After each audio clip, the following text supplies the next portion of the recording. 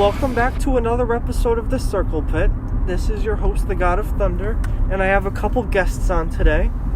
I have Laurie and Cheech. Welcome. Hi. Hello. How are you? Welcome to The Circle Pit, everyone. So today we're going to talk about, what was it, Cheech? Horror and heavy metal? Yeah. What movies inspired heavy metal bands to write songs about the horror movies? Okay. So, I got two I could think of. And what's that?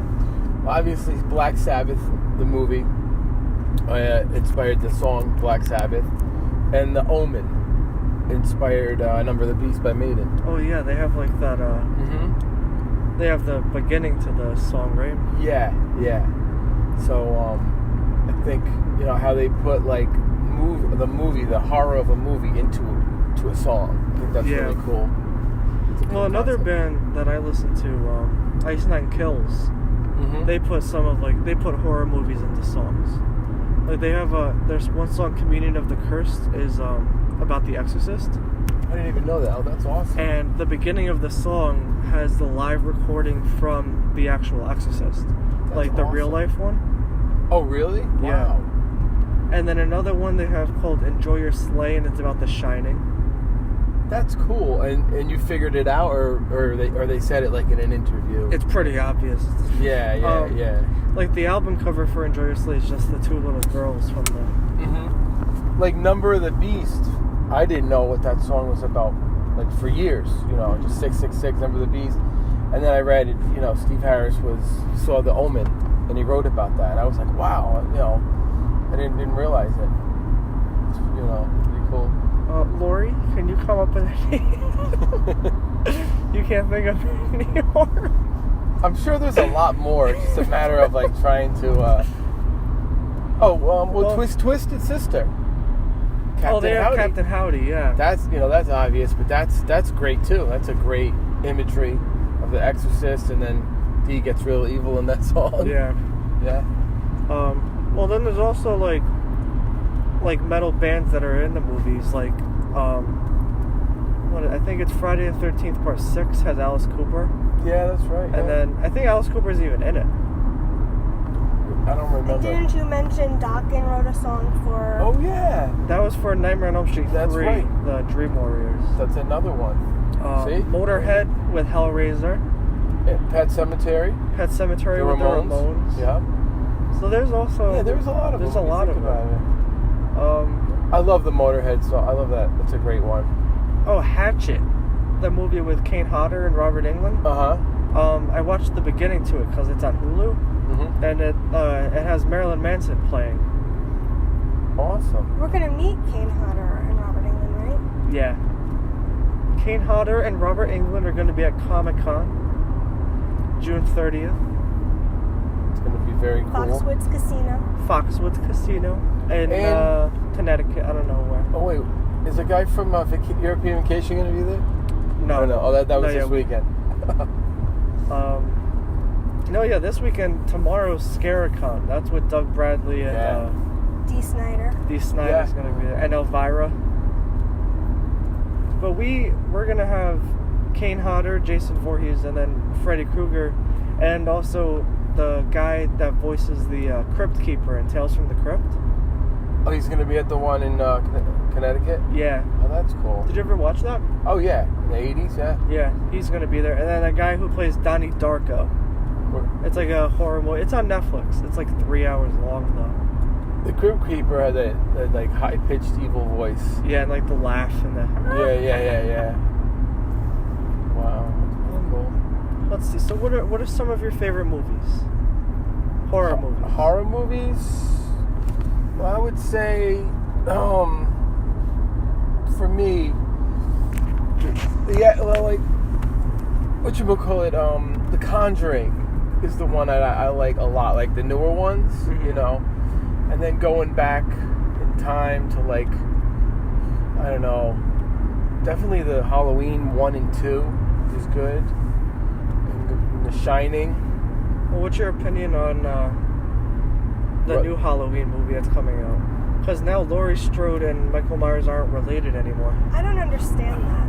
I don't like when they change facts. Because They're brother and sister. Yeah. How are they not related now? Yeah, like it was in Halloween 2, it was declared that they were brother and sister. And this isn't a Rob Zombie thing. And now this is the one that's right after Halloween 1. So basically Halloween 2 through whatever else there was is out of the picture. And Rob Zombie has nothing to do with this one? No. Okay. I don't think they should change facts. Yeah. Your brother and sister, and it's in the history of the movie. Why change something that's kind of silly to the fans that they may not like that? Yeah. What's your favorite movie, Sean? Oy. What's happening? Probably Trick or Treat. That's a good one too. I love Trick or Treat. That's the best movie to watch around Halloween because I can watch that anytime. I love watching it around Halloween. Like, it's just perfect. And Sam, Yeah. I'm still waiting on a sequel to it. Apparently it's happening. Really? Yeah, I'm surprised. That's going back 5-7 years now? Or even Yeah. longer. Sean, how was Hereditary? Oh, that's what I was going to talk about. Yeah, Hereditary. Really creepy. Really creepy.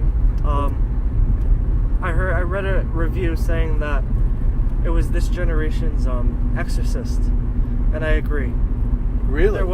There wasn't any jump scares, but after we left the movie theater, like, me and my friend we looked at each other, we were like, I have to sit down. It stayed with you. It stayed, like, for a long time. Like, in the car ride home was completely silent. Wow. Like, we were trying to figure out what we just saw. Well, that's how I feel about The Exorcist.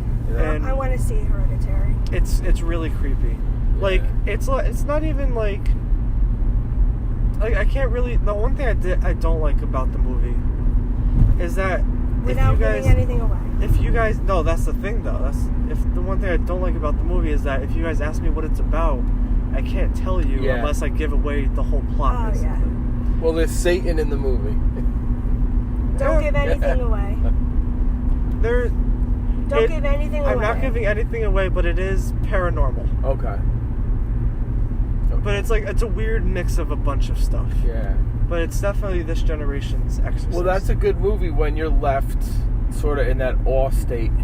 Where like, oh my God. That's when you know a movie's good. You know when it's good and it's scaring the, what out of you. Like, at the end of it, I was like, this was a great movie. That's cool. And like, coming from like me like wanting to make films. Yeah. Like the camera shots, like, and the camera angles were awesome as well. And like, one thing that Chris and Ryan told me before we went to the movie was that the director threw in some like creepy images in the movie. Wow. So like, if you ever see anything out of the corner of your eye and you think you saw something, like maybe like a person or something, they're probably there. They just don't ever reflect on it. So when you get the DVD, you could like pause it. You could pause and watch it. Yeah, that's really cool.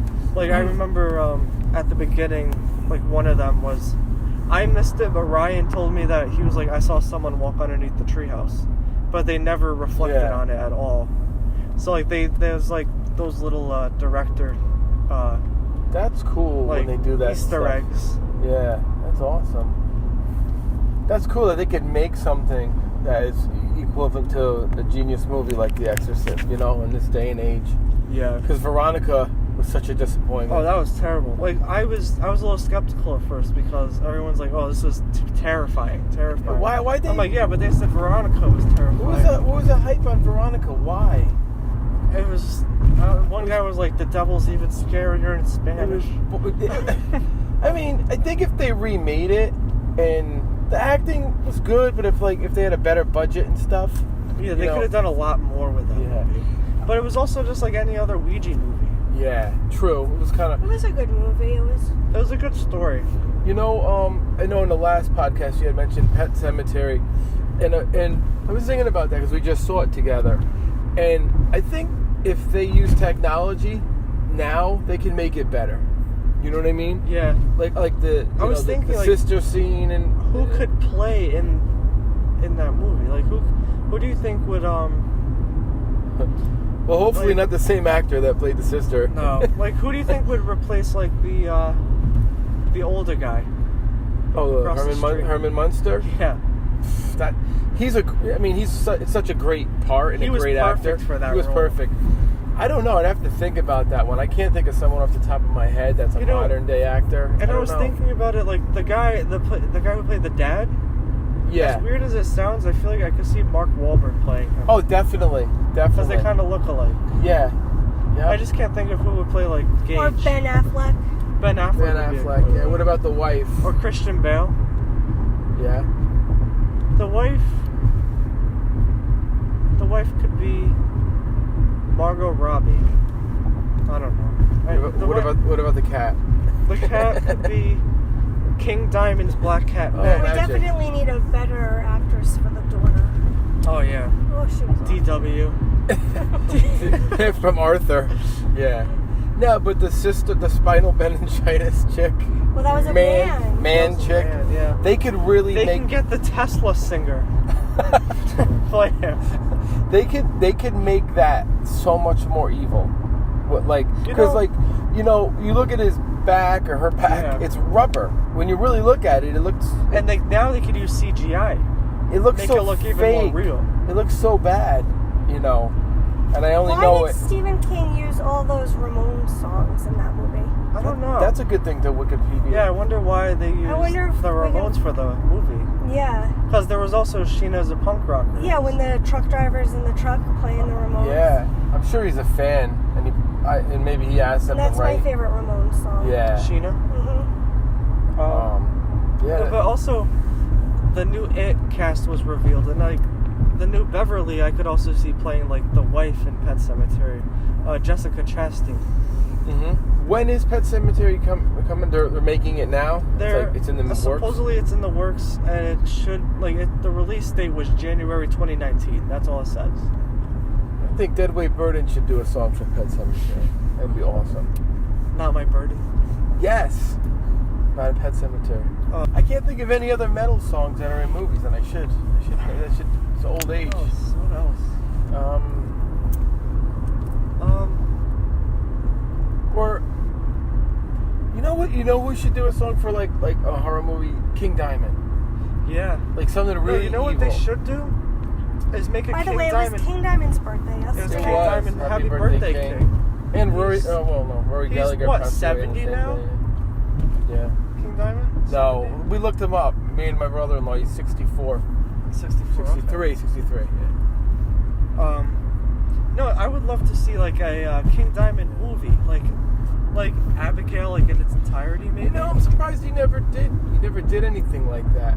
Like he has a movie coming out, but it's not like a story. It's just like his live concert now. Yeah.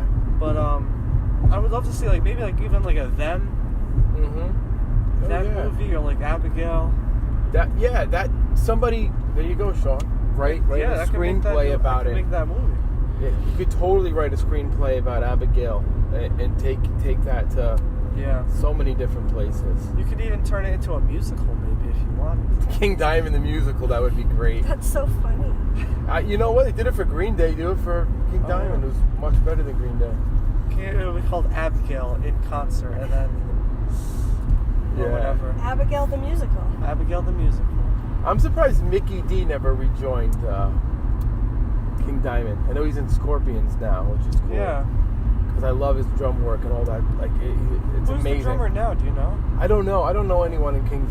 I only know Andy LaRock in King's band. He might. Is he the bass player or the guitar? He's a guitar player. He's been with them.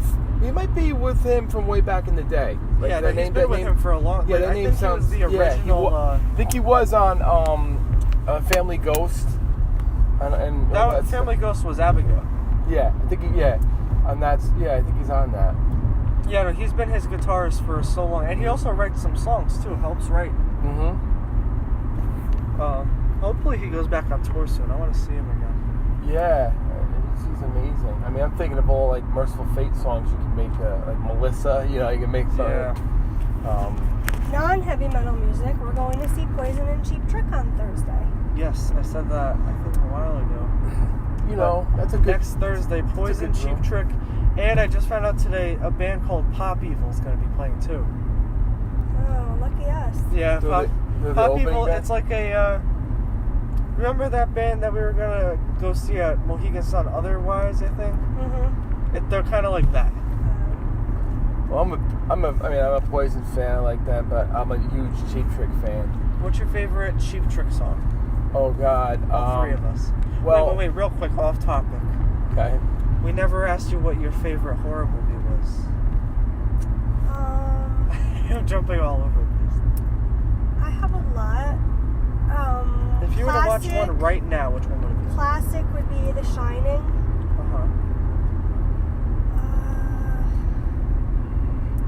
I don't know. I guess I like.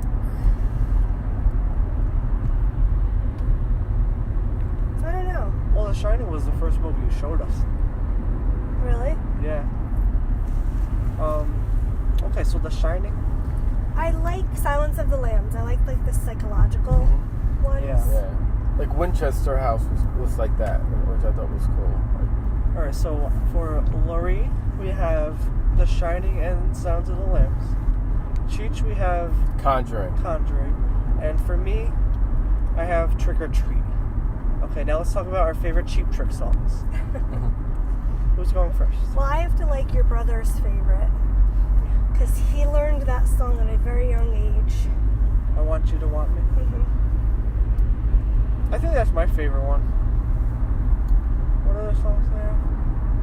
Well, I'm a huge Cheap Trick fan. But I hope they play this song. It's kind of a weird title. It's called She's Tight. That's my favorite all-time Cheap Trick song. I hope they might play it. I have a feeling they're gonna play it. I looked at a couple of their set lists throughout the years. They play a lot of songs. They're great, and the guitar player is unbelievable. Rick, I'm going to say Rick Nielsen is his name. Yeah. The way he crafts a solo in a rock song, in a rock pop song, nobody does that. It's genius. His phrasing, his melodic sense of playing guitar solos, he's amazing. But they don't have the original drummer, who I loved too. I think he's gone. When did he leave? I don't know. I know he's not. He might have retired from music. But the rest of the band's original, and Robin Zander's amazing vocals. I haven't seen Poison since they played the Westchester County Center. But Badlands? So when was that? No. Who was that with? Lita Ford, right? Yeah. Brittany Fox, I think. Brittany Fox, Lita Ford. So you saw Poison and Brittany Fox at the Westchester County Center? Yeah, I forget what year it was. That was the original Poison, right? Yeah. Probably 89, 90 maybe. And Sean, you'd be very proud of me. I was up on right at the barrier. Oh, you were? Yes. The barricade. That was, yeah. That summer, County Center had some metal, because they also had, I think I could be wrong, I know it was definitely Tesla and Badlands, but I think it might have been Great White too that played that summer. Well, the first and last time I saw Poison before next week was last year with Poison and Tesla. Yeah, Poison's good. At the Times Union Center. What's your favorite Poison song? Won't Forget You, Babe. What album's that from? Every Rose Has Its Thorn. Look What the Cat Dragged In, I think. My favorite. The first album. I think my favorite's Cry Tough. Cry Tough and Fallen Angel. Fallen Angel's a good one too. Yeah. I like that. I like the whole Flesh and Blood album too. You know what? And I could say that C.C. DeVille. He's original Poison, right? Yeah. He's a lot like Rick Nelson from the. I hope I'm saying it right. Rick Nelson, the guitar player from Cheap Trick, because the way he plays his solos, a little bit heavier, but it's very similar how he crafts a great guitar solo into a good catchy song, and you know it's very similar. It's a good mix. Well, Cece's gonna be in there next week. It's the whole original. Yeah. They're Poison's a good live band. Speaking of original lineup, September 8th we're going to see Ozzy. What's your opinion on Zakk Wylde? I love Zakk Wylde. Yeah. I think he's one of my favorite. I'm so happy Black Label's going to open for them. They're not really? opening, no. Oh, they're not? No. Wait, I thought... I'm confused. No, Stone Sour's opening for them. That's Corey Taylor's band. So what Zakk Wylde's just playing guitar for Ozzy. I thought Yeah, he's just filling in Black there for Label guitar. was doing something. No. My favorite all-time thing Zach Wilde did is a band called Pride and Glory. Uh-huh. You know, he actually did a gig with the Allman Brothers during that time. And then he did another acoustic CD called, I think it's called The Book of Shadows, which is really amazing. And then after that, I think he formed Black Label. I love Zach Wilde. He's such a great guitar player. Like, when we saw him, he went on for, 35 minutes with a guitar He's a solo? monster. He's so good. Yeah, it was a little too long. Yeah, it was like...